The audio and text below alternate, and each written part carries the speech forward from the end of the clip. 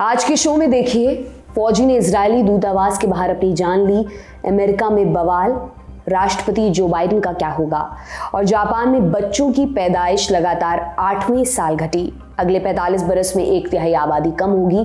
क्या मुल्क वीरान हो जाएगा? नमस्कार, मेरा नाम दिव्यांशी सुमराव है। आप देखना शुरू कर चुके हैं लल्लन टॉप का अंतर्राष्ट्रीय प्रसंगों से जुड़ा रोजाना का कार्यक्रम दुनियादारी। पहले बात अमेरिका की।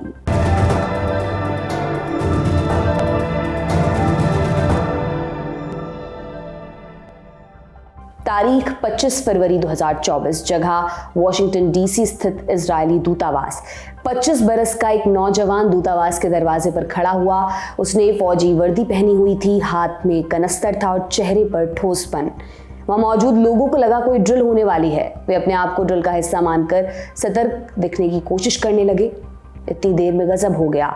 नौजवान ने कनस्तर उठाया, ढक्कन खोला और तिरछा कर अपने शरीर पर गिराने लगा, फिर खुद को आग लगा ली। जब तक आग बुझाई जाती वो बुरी तरह झुलस चुका था। 26 फरवरी को अस्पताल में उसकी मौत हो गई। होने को ये आत्मदाह की आम घटना हो सकती थी, लेकिन उस व्यक्ति की पहचान और एक नारे ने पूरी कहानी बदल दी। आत्मदाह करने वाले व्यक्ति का नाम एरॉन बुशनेल था। वो 2020 से अमेरिका की वायुसेना में काम कर रहा था। अमेरिकी न्यूज़ एजेंसी रॉयटर्स की रिपोर्ट के मुताबिक बुशनेल ने आग लगाने से पहले फ्री फिलिस्तीन के नारे लगाए। उससे पहले सोशल मीडिया पर एक वीडियो पोस्ट किया था जिसमें उसने कहा कि वो गाजा में हो रहे जनसंहार का भागीदार नहीं बनना चाहता। उसका इशारा गाजा पट्टी में इजराइल के हमले की तरफ था। अक्टूबर 2023 में हमास ने आतंकी हमला किया, 1100 से अधिक लोगों की हत्या की, 240 से अधिक को बंधक बना लिया। फिर इजराइल ने जवाब देना शुरू किया।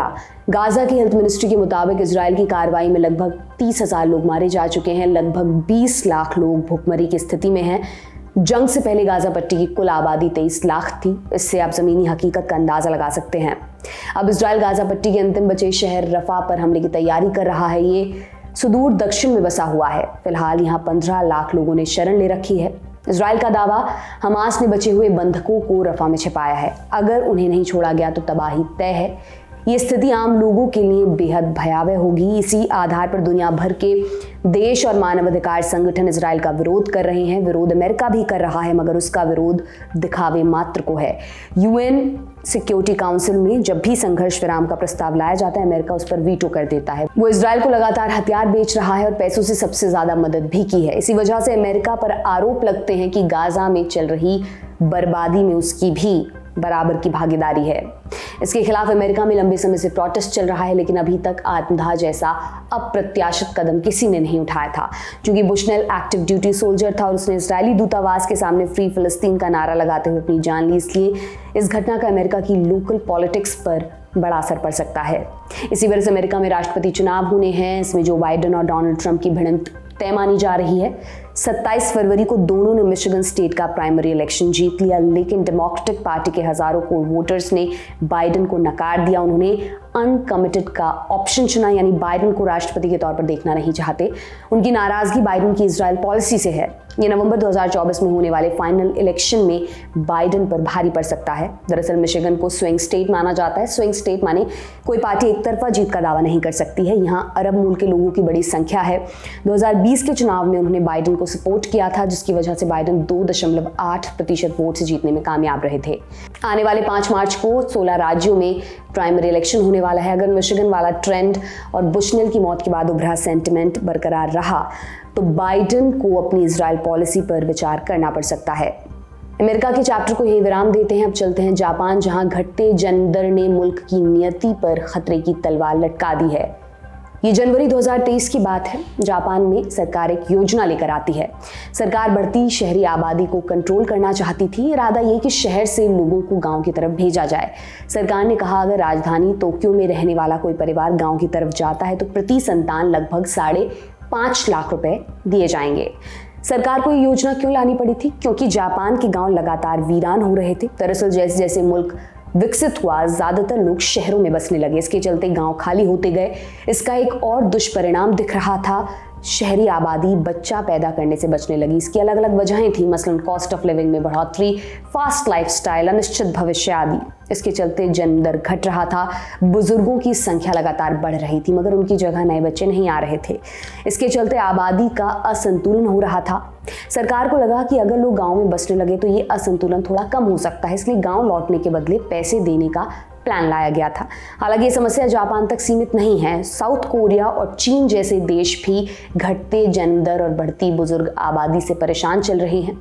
लेकिन आज हम इसकी चर्चा क्यों कर रहे हैं? 27 फरवरी को जापान की हेल्थ मिनिस्ट्री ने एक रिपोर्ट रिलीज की। इसमें 2023 में बच्चों के जन्म और नई शादियों का आंकड़ा मौजूद था। जो कुछ पता चला वो जापान की नींद उड़ाने वाला है। 2022 की तुलना में 2023 में नए बच्चों के जन्म में 5.1% की कमी आई है। 2022 में लगभग 7,70,000 बच्चे पैदा हुए थे। 2023 में ये संख्या 7,58,631 पर अटक गई। जापान ने 1899 में बच्चों के जन्म का रिकॉर्ड रखना शुरू किया था। इसके मुताबिक इतिहास में सबसे कम बच्चे 2023 में पैदा हुए। 2023 में शादियों की संख्या में भी लगभग 6% की कमी आई। 90 वर्षों में पहली बार एक साल में 5 लाख से कम शादियां हुई हैं। ये डेटा चिंताजनक क्यों है? 2021 में जापान की आबादी 2020 की तुलना में 0.5% कम हुई। 2022 में 0.53% कम हुई। लगभग इतना ही फर्क 2023 और 24 में देखने को मिला। अगर ऐसा ही चलता रहा तो 2070 तक मुल्क की जनसंख्या 30% तक घट सकती है। इस वक्त जापान में लगभग 12 करोड़ 60 लाख लोग हैं। 2070 में आंकड़ा 8 करोड़ 70 लाख रह जाएगा। इनमें से लगभग 4 करोड़ लोग 65 या उससे ज्यादा की उम्र के होंगे, यानी वे वर्क फोर्स से रिटायर हो चुके होंगे। ये मुल्क की अर्थव्यवस्था और सुरक्षा दोनों के लिए नुकसानदेह होगा, क्योंकि बुजुर्ग आबादी की सोशल सिक्योरिटी का खर्च सरकार को अपने खजाने से देना पड़ेगा। दूसरी बात, फौज कमजोर होगी। फौज में हमेशा जवान लोगों की दरकार होती है। जन्म दर पटरी पर नहीं आई तो युवाओं की संख्या कम होती जाएगी। 2005 में जापान का जन्म और मृत्यु का डेटा लगभग समान था, माने जितने लोग मर रहे थे लगभग उतने ही पैदा हो रहे थे। मगर 2005 के बाद ये ट्रेंड उल्टा पड़ गया। मौत की तुलना में जन्म दर घटता गया। सरकार कहती है हम आपातकालीन स्थिति में हैं। 2030 तक अगर संतुलन वापस नहीं लौटा, उसके बाद वापसी करना नामुमकिन हो जाएगा। जापान के प्रधानमंत्री फुमियो किशिदा कहते हैं ये जापान के इतिहास का सबसे बड़ा संकट है। उनकी सरकार पैकेज और सब्सिडी जैसी चीजें लेकर आई है, लेकिन इसका कोई बड़ा प्रभाव पड़ता नहीं दिखता। जानकार कहते हैं सरकार पहले से शादीशुदा लोगों पर फोकस कर रही है, जबकि उसको युवाओं पर ध्यान देना चाहिए।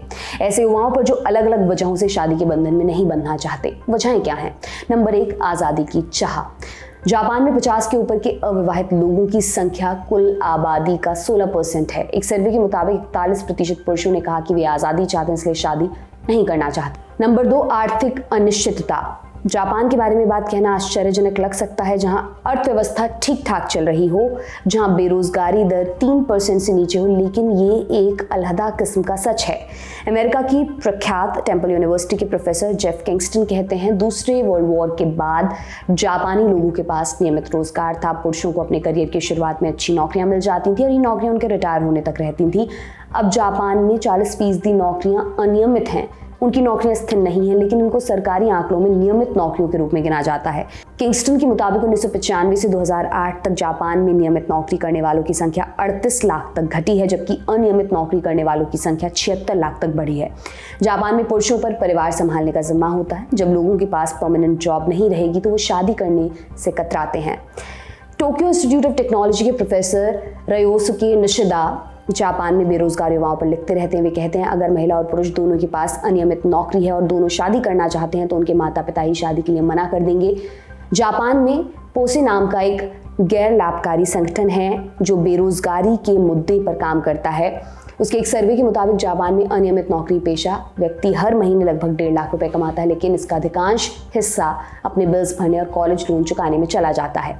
नंबर 3, महिलाओं का करियर। जापान की सोसाइटी में चलन रहा है कि परिवार का आर्थिक भार पुरुष उठाते हैं, जबकि घर में रहकर परिवार चलाने का भार महिलाओं पर आता है। उनसे उम्मीद की जाती है वो बच्चों की परवरिश करेंगी। जब बच्चा पैदा होता है तो महिला को नौकरी छोड़नी पड़ती है, इसलिए महिलाएं बच्चा करने से कतराती हैं। उनके लिए बच्चे का मतलब है करियर का अंत। नंबर 4, शहरी विकास। शहर में रहने का खर्चा लगातार बढ़ रहा है। शहरों में न्यूक्लियर फैमिली का चलन भी बढ़ा है, यानी पति पत्नी और मैक्सिमम हुआ तो एक बच्चा। ये एक आइडियल स्थिति बन गई है। इसके अलावा शहरों में बच्चों का रोना और बाहर खेलने इन सबको समस्या की तरह देखा जाता है, इसलिए बहुत सारे पेरेंट्स खुद को अलग थलग महसूस करते हैं। ये तो हुई समस्याओं की कहानी। जापान की सरकार इससे निपटने के लिए क्या कर रही है? 2023 में जापान की सरकार ने गिरती जन्म दर को कंट्रोल करने के लिए प्लान बनाया। जन्म से 2 साल तक बच्चों की परवरिश के लिए मासिक भत्ता देने का फैसला किया। 3 साल से ऊपर के बच्चों के लिए अलग से मासिक भत्ता दिए जाने की योजना है। सरकार ये कानून लेकर भी आई कि भत्ते का इस्तेमाल माता पिता ना करें, उसका इस्तेमाल सिर्फ बच्चों पर किया जाए।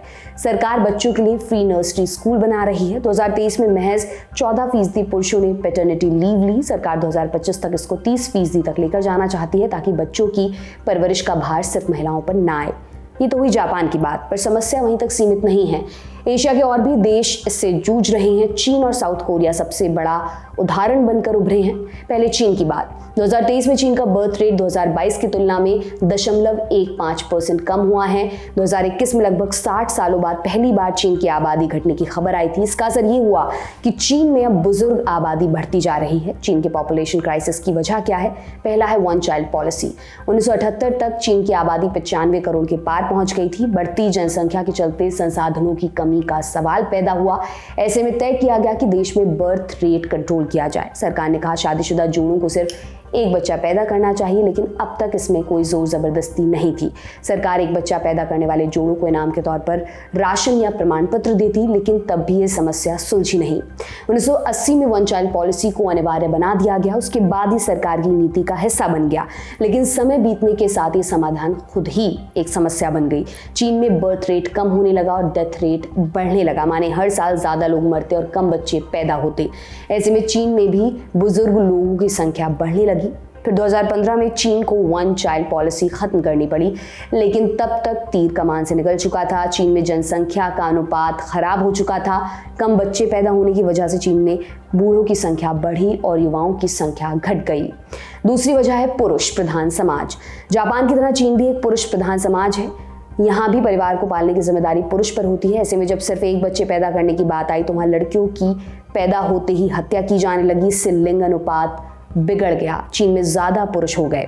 2022 में आई रिपोर्ट के मुताबिक चीन में 65 साल से ऊपर के लोगों की संख्या 21 करोड़ तक पहुंच गई है। 16 से 59 की उम्र वाले 86 करोड़ लोग चीन में हैं। जैसे जैसे उनकी उम्र बढ़ेगी वे वर्कफोर्स से बाहर होते जाएंगे। इसके बरक्स उनकी जगह भरने वाले कम होंगे। जन्म दर में कमी का सीधा नुकसान होगा।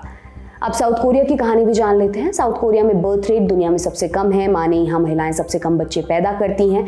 ये ट्रेंड पिछले 20 सालों से बना हुआ है। उसकी वजह से यहाँ लगातार युवाओं की संख्या कम होती जा रही है। 2021 में आबादी में पहली बार गिरावट दर्ज की गई। आकलन है इस रेट पर 2070 तक आबादी 1/3 तक घट जाएगी। इसके क्या दुष्परिणाम होंगे? आने वाले 50 सालों में कामकाजी लोगों की संख्या आधी हो जाएगी। देश की आधी आबादी 65 साल से ज्यादा की हो जाएगी। वर्कफोर्स कमजोर होगा और जापान की ही तरह सैन्य क्षमता पर भी असर पड़ेगा। वहाँ सरकार क्या कर रही है? एक बच्चा पैदा होने पर साउथ कोरिया की सरकार महिला को लगभग 1,25,000 रुपए देती है। बच्चे की उम्र 1 साल होने तक हर महीने लगभग 45,000 रुपए और 2 साल उम्र होने तक हर महीने लगभग 21,000 रुपए दिए जाते हैं। जिन कपल्स के बच्चे हैं उन्हें सरकार सस्ते दामों में घर देती है। परिवार को फ्री टैक्सी सेवा मिलती है। जिन जोड़ों के बच्चे हैं उन्हें एक तय उम्र तक फ्री उपचार दिया जाता है। भारत के संदर्भ में यह समस्या कितनी बड़ी है? भारत दुनिया की सबसे अधिक आबादी वाला देश है। 140 करोड़ से अधिक की जनसंख्या है। औसत उम्र 30 से कम है, यानी 50% से अधिक लोग युवा हैं। लेकिन आने वाले समय में ये सिनेरियो बदलेगा। यूनाइटेड नेशंस की रिपोर्ट के मुताबिक 2046 तक बुजुर्गों की संख्या बच्चों से अधिक होगी और उस वक्त भारत के सामने जापान, चीन और साउथ कोरिया जैसी समस्या खड़ी होगी। 2022 के नेशनल फैमिली हेल्थ सर्वे में इसकी झलक भी दिखती है। जनसंख्या का संतुलन बनाए रखने के लिए एक महिला को औसतन 2.1 बच्चे पैदा करने होते हैं, लेकिन 2022 में यह आंकड़ा सिर्फ 5 राज्यों ने छुआ। शहरों में दर 1.6 पर अटकी हुई थी। हालांकि अब ये बड़ी चिंता वाली बात नहीं है। जानकार कहते हैं भारत के पास जरूरी कदम उठाने के लिए पर्याप्त समय है। तो आज की दुनियादारी में बस इतना ही। कल फिर आपसे मुलाकात होगी। इसी उम्मीद के साथ मैं विदा लेती हूँ। शुक्रिया। शुभ रात्रि।